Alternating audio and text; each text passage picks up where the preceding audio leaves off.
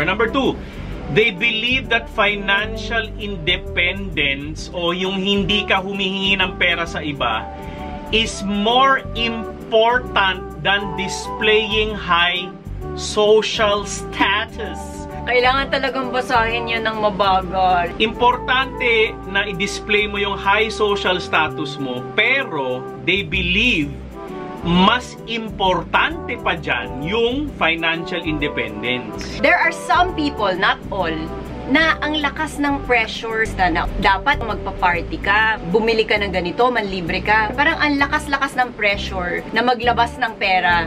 Even if you're just starting. Mahirap yan sa Pinoy kasi ang Pinoy, ang important sa atin is to show people na we have high social status. Pero pag tingnan mo yung bank account, maraming utang. Ang millionaires, baliktad. Kahit na hindi mataas ang tingin mo sa akin, okay lang na parang simpleng tao lang ako. Pero importante, pag tingnan mo yung bank account ko, financially independent ako. I have enough money, I have enough savings, I have enough investments. Solid, tsaka pulido yung bank account nila. Yun ang importante.